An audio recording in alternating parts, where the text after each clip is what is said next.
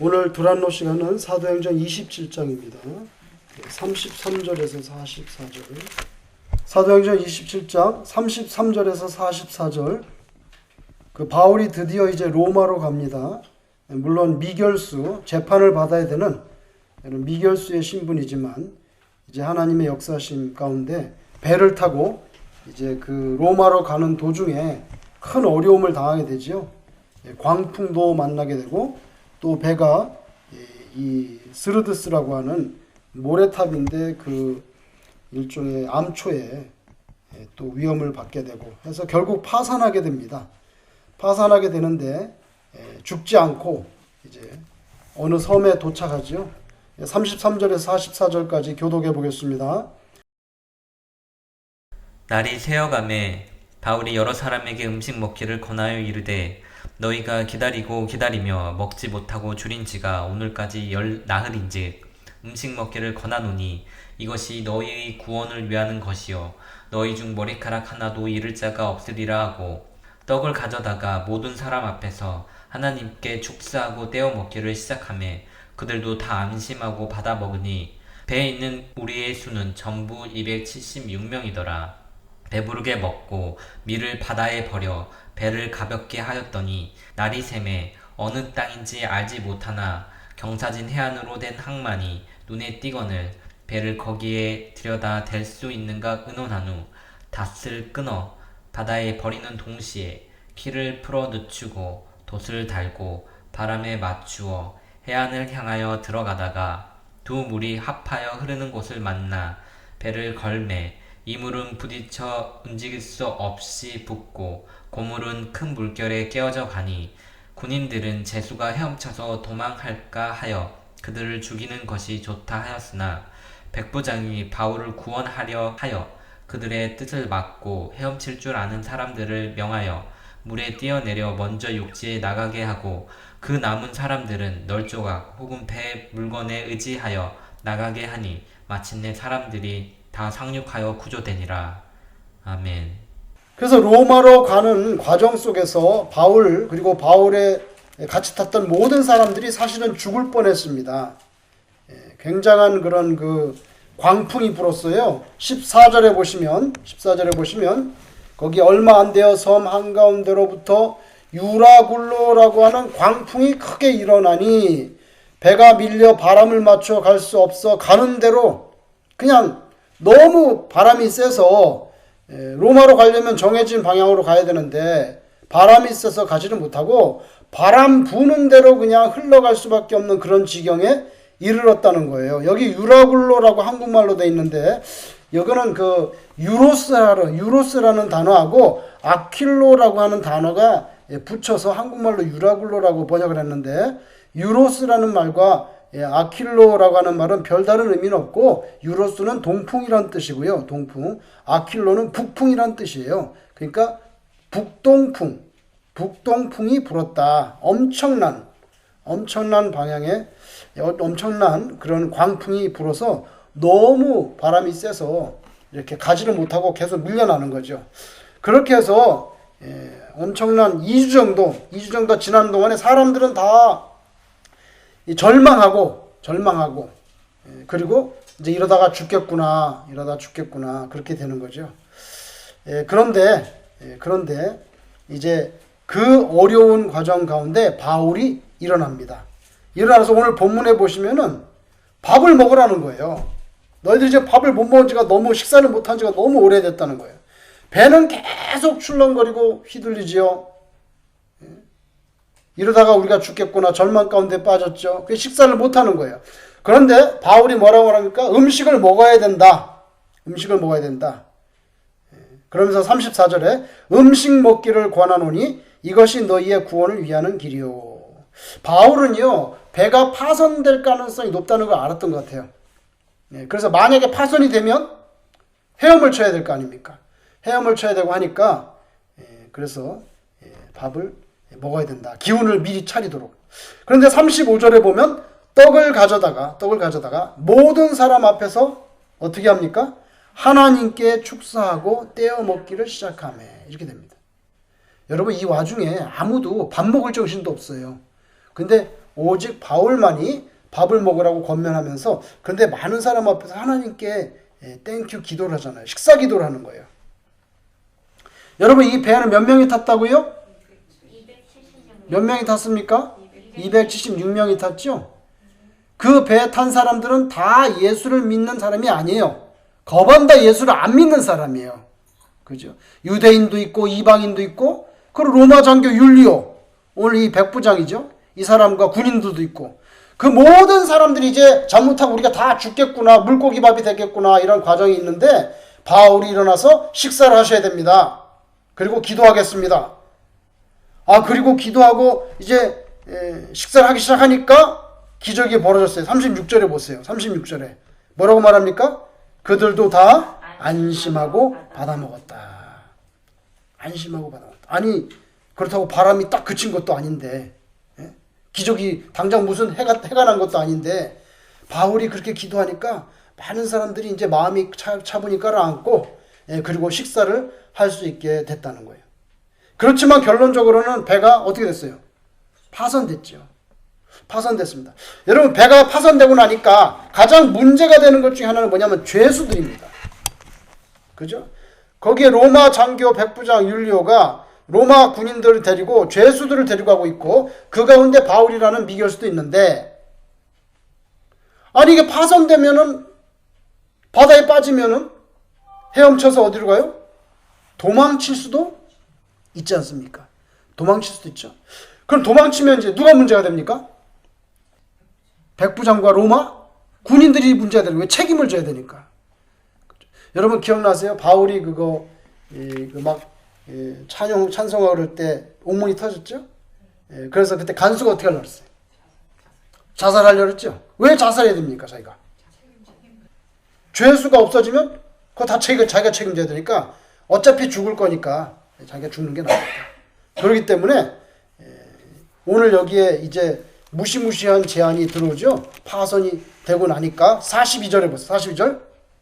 군인들은 죄수가 헤엄쳐서 도망할까 하여 그들을 죽이는 것이 좋다 해서, 여기 살벌 같이 밥 먹다가 갑자기 너무 살벌해지는 거예요.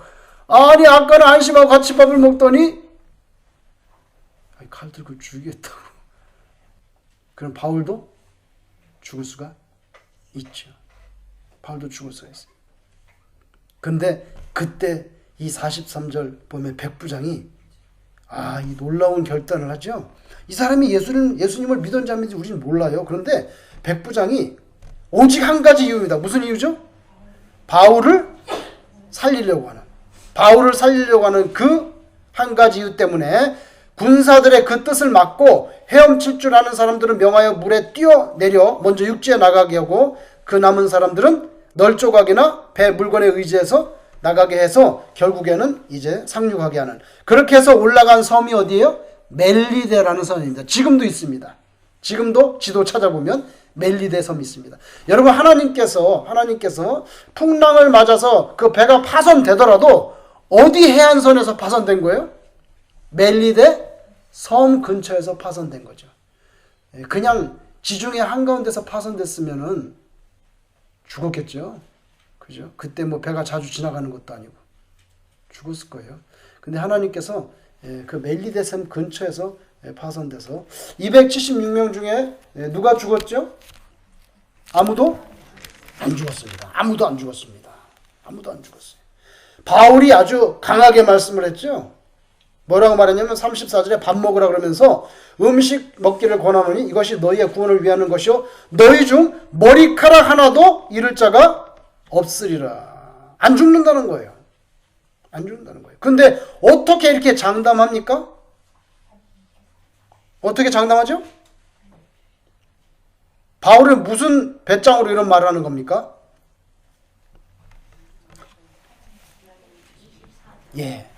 여러분 한 22절부터 한번 보죠. 22절. 내가 너희를 권하노니 이제는 안심하라. 너희 중 아무도 생명에는 아무런 손상이 없겠고 뭐예요? 오직 배뿐이요. 배만 파손된다는 거예요. 내가 속한 바 곧 내가 섬기는 하나님의 사자가 어젯밤에 내 곁에 서서 말하되, 즉 하나님께서 천사를 보내가지고 바울에게 말씀해 주셨습니다. 바울아, 두려워하지 말라. 사실은 바울도 두려워할 수 있는 거죠. 그죠? 바울도 사람인데 내가 이제 로마에 가지도 못하고 여기서 파손돼서 죽는 것이 하나님의 뜻인가? 뭐 이런 헷갈림. 지난번에 너가 예루살렘에서 복음을 전했던 것처럼 로마에도 가서 전해야 된다 했는데 바울도 두려운지 몰라요. 24절에 바울아 두려워하지 말라. 네가 가이사 앞에 서야, 여기 또 말씀하죠. 네가 로마 황제 시저 앞에 서야 하겠고 또 하나님께서 너와 함께 항해하는 자를 다 네게 주셨다 하였으니 그러므로 여러분이여 안심하라. 나는 내게 말씀하신 그대로 되리라고 하나님을 믿노라. 이렇게 말씀합니다. 믿노라. 그래서 그 바울만 안 죽은 것이 아니고 바울에게 뭐라고 말씀했냐면은 너와 함께 항해하는 자를 다 네게 주셨다. 아무도 죽지 않는다는 거예요. 배만 부서진다는 거예요. 그래서 여러분 배를 타도 어떤 배를 타야 됩니까? 예, 어떤 배요? 믿는 사람이 있는 배를 타는 것이 좀 오래 살 가능성이 높습니다. 이왕 배를 타도 바울 같은 사람 있는 배를 타야지 뭐 이상한 엉뚱한 사람 있는 배를 탔다가는 안 죽을 것도 거꾸로 죽을 수 있어요. 거꾸로 죽을 수 있어요. 깃발이 참 중요해요, 여러분. 배에 깃발을 다는데 이렇게 해적선 깃발을 탁 달고 있어. 만약에 배가 해적선 깃발을 달고 있어요. 그런데 내가 그 배를 타면, 잘 보세요. 내가 그 배를 타면 내가 아무리 해적이 아니야, 난 해적이 아니에요. 내가 해적이 아니더라도 내가 탄 배의 깃발이 해적선 깃발이면 나는 누구 취급당합니까? 해적 취급당합니다. 그래서 배를 골라서 타야 되는 거예요. 그리고 잘못 탔으면 빠른 시일 내에 바꿔 타야 되는 거예요. 그리고 그 배에서는요, 의리가 넘쳐요. 아주 의리가 넘치고 자기네들끼리는 잘 대해주고 친절하게 하고 친해요. 근데 아무리 그래도 소용없어. 깃발이 중요한 거예요. 배는 안에서 아무리 의리 지키고 뭐 어쩌고 해봐야 소용없어요. 깃발이 해적 깃발이면은 거기서 아무리 서로 간에 뭐 의의가 좋고 친절하고 해봐야 문제가 생길 때는 어떻게 해요? 다 해적 취급당하는 거예요. 그러니까 우리가 인생에 살면서 내가 어디에 속해 있느냐 대단히 중요하죠. 내가 예수님께 속해 있느냐 사탄 쪽으로 속해 있느냐 너무 중요합니다. 여러분 다행히 이렇게 큰 어려움 가운데 있을 때 하나님께서 이 천사를 보내가지고 알려주셨어요. 바울에게. 그래서 바울은 자신 있게 말했어요. 아무 걱정하지 말라고. 머리털 하나도 안 상한다. 어서 식사를 하시라고. 그리고 기도를 했더니 그것도 기적이죠. 어떻게 사람들이 그 말을 믿고 다 안심하고, 그죠? 이게 하나님의 능력이잖아요. 안심하고 식사했다. 여러분 구약 성경에 아모스라는 선지자가 있는데 한번 보세요. 아모스가 하신 말씀이 있어요. 3장에 7절. 구약 성경 1277절에 보면 77페이지에 보면 아모스라고 하는 선지자가 있는데 구약 성경 1277 3장 7절 한번 같이 3장 7절 아모스 3장 7절 1277 같이 한번 읽어보겠습니다. 시작. 주 여호와께서는 자기의 비밀을 그 종 선지자들에게 보이지 아니하시고는 결코 행하심이 없으시리라. 아멘. 이런 말씀을 하셨단 말이에요. 여기 말씀처럼 바울에게 미리 말씀을 어떻게 될 건지 가르쳐 줬어요. 생명은 안 건든다. 파손만 한다. 배만 잃어버린다. 그러니까 두려워하지 마라. 그리고 여기 탄 사람 다 내가 너한테 줬으니까 네가 확실하게 안심시키고. 그죠?